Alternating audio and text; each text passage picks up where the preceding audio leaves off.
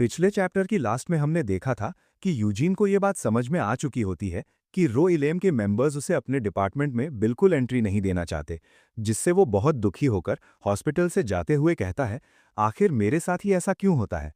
वहीं उसे इस तरह वहां से जाते हुए लेवांत अपने विंडो से देख रहा होता है। इसके बाद हमें दिखाया जाता है वहां पर लेवांत अकेला नहीं होता है, बल्कि उसके साथ प्रिंस भी वहीं खड़ा होकर यूजीन को देख रहा होता है। तभी प्रिंस कहता है, लगता है कि उसे ये बात जानकर बहुत बड़ा सदमा लगा है। वैसे क्या ये सही रहेगा कि हम उसे सच्चाई ना बताएं? प्रिंस को वहां देखकर लेवांत कहता है, सीनियर गाउन, तो आप भी यहीं पर हैं। तब प्रिंस कहता है, तुमने मेरा जवाब नहीं दिया। क्या तुम उसे ये नहीं बताने वाले कि तुमने पास्ट में प्रोफेसर के साथ किस तरह का कॉन्ट्रैक्ट करके मैजिक स्कूल में आए और किस तरह रो एलेम को ज्वाइन किया?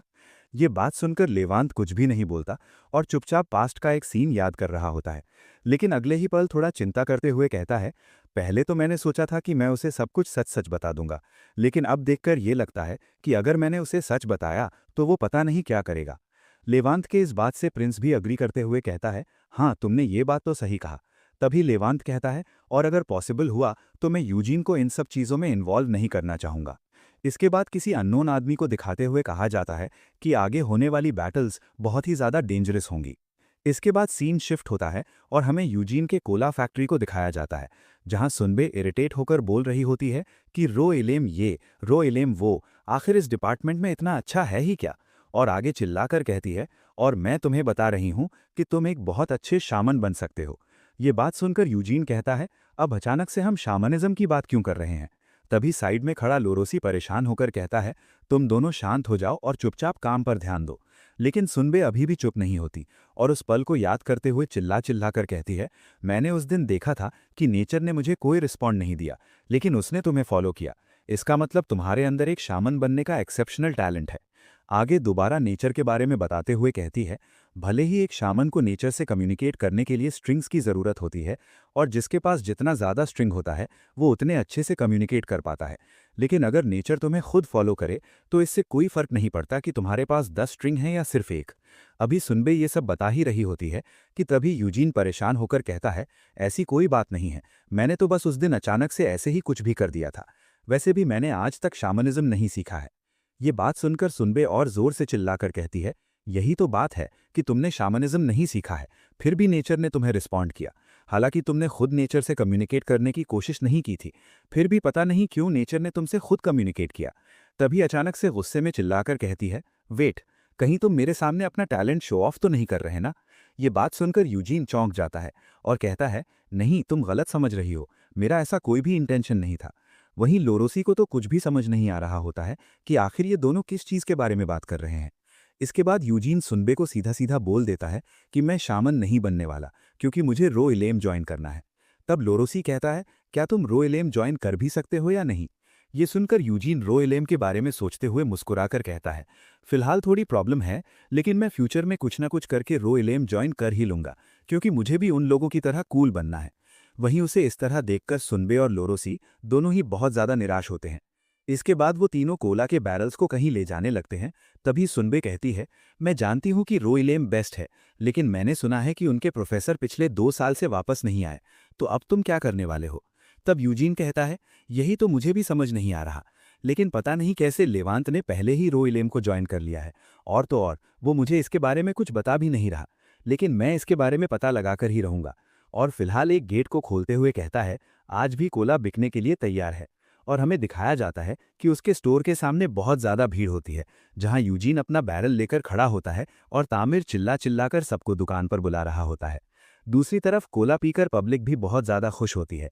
ये सब देखकर यूजीन तैयार होते हुए कहता है, चलो तब आज का बिजनेस शुरू करते हैं। इसके बाद हमें कुछ समय बाद का सीन दिखाया जाता है, जहां सुनबे बहुत सारे गोल्ड को लेकर दरिंदों की तरह हंस रही होती है और पागलों की तरह चिल्ला चिल्लाकर बोल रही होती है कि मैं फिर से अमीर हो गई, अब मैं जो चाहूं वो खरीद सकती हूं। वहीं यूजीन और लोरोसी काम करके बहुत ज्यादा थक चुके होते हैं। तभी सुनबे हंसते हुए कहती है, इतने सारे पैसे के साथ तो मैं अपने शामनिज्म के टूल्स दोबारा खरीद सकती हूँ, जिन्हें मैंने बेच दिया था। ये सुनकर यूजीन अपने बॉडी को स्ट्रेच करते हुए कहता है, क्या तुमने अपने ग्रैंडमदर के टूल्स को भी बेच दिया था? आगे लोरोसी से कहता है, तो चलो अब हॉस्पिटल चलकर लेवांत से भी मिल लेते हैं। तब लोरोसी कहता है, लेवांत के चोट जितना मैंने सोचा था उससे भी ज्यादा गहरे थे। हालांकि डॉक्टरों ने कहा था कि वो 1 हफ्ते में ठीक हो जाएगा, लेकिन मुझे तो डर लग रहा है। ये सुनकर सुनबे अपने पैसों का शो ऑफ करते हुए कहती है, तो क्यों ना लेवांत को अच्छा फील कराने के लिए हम लोग उसे पूरे गोल्ड से बना एक रिंग गिफ्ट कर दें। सुनबे की ऐसी हरकत देखकर लोरोसी कहता है, अब मुझे समझ आया कि तुम्हारे पैसे इतना जल्दी खत्म क्यों हो जाते हैं। इसके बाद यूजीन कहता है, क्यों ना तुम भी हमारी तरह अपने पैसे किसी तिजोरी में रख दो। लेकिन सुनबे अभी भी यूजीन की बात को सीरियस नहीं लेती और चिल्लाकर कहती है, आखिर मेरे पैसे को चोरी करने की हिम्मत कौन ही करेगा, जबकि यहाँ सबको पता है कि हमने ही कार्टेल ऑर्गेनाइजेशन को खत्म किया था। तब यूजीन कहता है, मैं दूसरों की बात नहीं कर रहा, दरअसल तुम्हारे पैसों को तुमसे ही खतरा है। तब सुनबे कहती है, क्या ही हो जाएगा, अगर मैंने सारे पैसे खर्च कर दिए तो मैं दोबारा इससे ज्यादा पैसे कमा लूंगी। इसके बाद हमें दिखाया जाता है कि उन तीनों को ऐसे बात करते हुए दूर से कोई देख रहा होता है। तभी कोई अचानक से सुनबे का पैर पकड़ लेता है, जिससे घबराकर सुनबे चिल्लाने लगती है। इसके बाद हमें उस भिखारी को दिखाया जाता है, जो सुनबे का पैर पकड़कर कांपती हुई आवाज में कहता है, एक्सक्यूज मी बच्चों। लेकिन सुनबे ऐसी हरकत से बहुत ज्यादा गुस्सा हो जाती है और उसे भिखारी को बहुत बुरी तरीके से मारने लगती है और चिल्ला चिल्ला कर बोल रही होती है कि आज तो मैं तुझे जान से मार दूंगी। वहीं उसे भिखारी को इतनी बुरी तरीके से मार खाते देख यूजीन सुनबे को रोकते हुए कहता है, रुक जाओ, नहीं तो वो बेचारा मर जाएगा। इसके बाद हमें कुछ टाइम बाद का सीन दिखाया जाता है, जहां वो भिखारी बुरी हालत में उन तीनों से कहता है, प्लीज मुझे कुछ खाने के लिए पैसे दे दो। ये सुनकर सुनबे कहती है, क्या तुम एक भिखारी हो? लेकिन तुम्हारे तो हाथ पैर बिल्कुल सही हैं, तो तुम इस तरह भीख क्यों मांग रहे हो? जाकर कोई काम करके पैसे क्यों नहीं कमा लेते? तब वो भिखारी कहता है कि मैं बहुत दूर से आया हूं, जिसकी वजह से मैं बहुत ज्यादा थक गया हूं, और अगर मैं काम करने गया तो मैं भूख से ही मर जाऊंगा। वहीं यूजीन और लोरोसी साइड में खड़े होकर ये सब चुपचाप देख रहे होते हैं। तभी सुनबे उस भिखारी की बात सुनकर अपना बटुआ निकालते हुए कहती है, ये तो बहुत बुरा हुआ, और तो और मैं तुम्हारी हालत को बहुत अच्छे से समझ सकती हूँ, क्योंकि मेरे साथ भी कुछ ऐसा ही हुआ था। इसके बाद सुनबे उस भिखारी को पैसे देने के लिए अपना बटुआ खोलती है, लेकिन ये देखकर चौंक जाती है कि उसके बटुए में छेद होता है और उसमें एक भी सिक्का नहीं होता। इसके बाद वो अपने थैले को घूरते हुए कहती है, आखिर मेरे पैसे कहाँ गए? लेकिन जल्द ही उसे रियलाइज हो जाता है कि उसके पैसे चोरी हो चुके हैं। इसके बाद वो उस भिखारी पर गुस्सा होते हुए कहती है, आखिर तुम्हारी हिम्मत कैसे हुई? लेकिन हमें दिखाया जाता है कि वो भिखारी अपनी जगह से गायब हो चुका होता है, जो देखकर सुनबे चिल्लाकर कहती है, आखिर वो भिखारी कहाँ चला गया? इसके बाद यूजीन से पूछती है, क्या तुमने देखा कि वो कहाँ गया? तब यूजीन चौंकते हुए कहता है, नहीं, मैंने उसे नहीं देखा। तब सुनबे कहती है, ये कैसे हो सकता है? आखिर तुमने उसे देखा क्यों नहीं, जबकि वो तुम्हारे ठीक सामने ही था? ये सुनकर यूजीन थोड़ा परेशान होते हुए कहता है, हाँ तुम सही हो। इसके बाद चारों तरफ देखते हुए कहता है, आखिर कोई अचानक से गायब कैसे हो सकता है, स्पेशली मेरे सामने से। इसके बाद सीन शिफ्ट होता है और हमें उस हॉस्पिटल का सीन दिखाया जाता है जहां पर लेवांत हॉस्पिटलाइज्ड होता है। वहीं वो तीनों हॉलवे से जा रहे होते हैं, जहां सुनबे अभी भी अपने पैसों के चोरी हो जाने की वजह से रोते हुए कहती है, मैंने वो पैसे बहुत मेहनत से कमाए थे।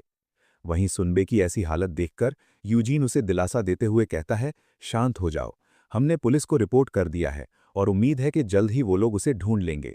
आगे दरवाजे को नॉक करते हुए कहता है, हालांकि कैपिटल की पुलिस भरोसेमंद नहीं है, लेकिन इसके अलावा हम कर भी क्या सकते हैं?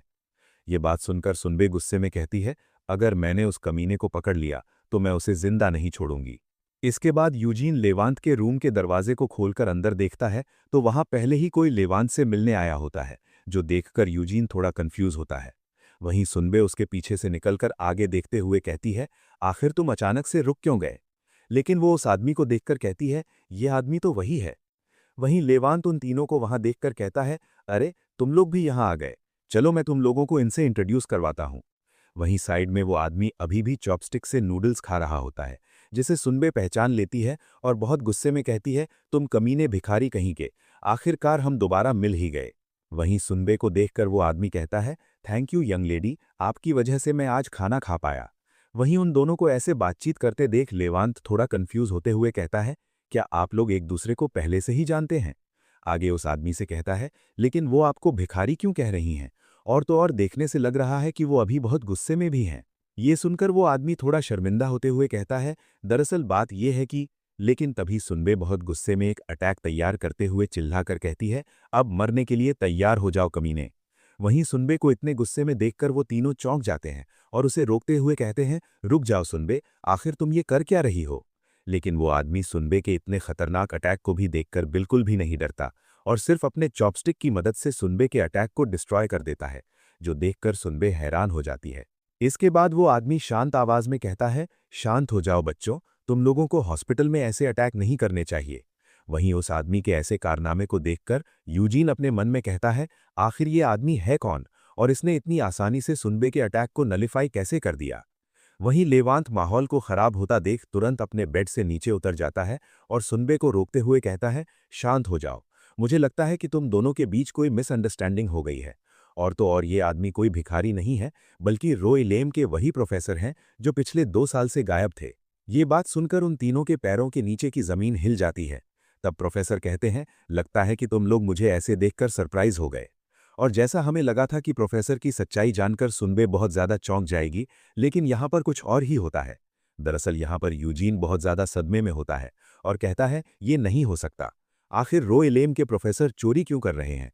प्लीज कोई मुझसे ये कह दो कि ये एक मजाक है। हालांकि यूजीन को इतने सदमे में देखकर प्रोफेसर भी उसके लिए बुरा फील कर रहे होते हैं। फिलहाल ये वीडियो यहीं पर खत्म होती है। अगर वीडियो अच्छी लगे तो वीडियो को लाइक करें, चैनल को सब्सक्राइब करें। मिलते हैं एक और नए वीडियो में, तब तक के लिए बाय बाय।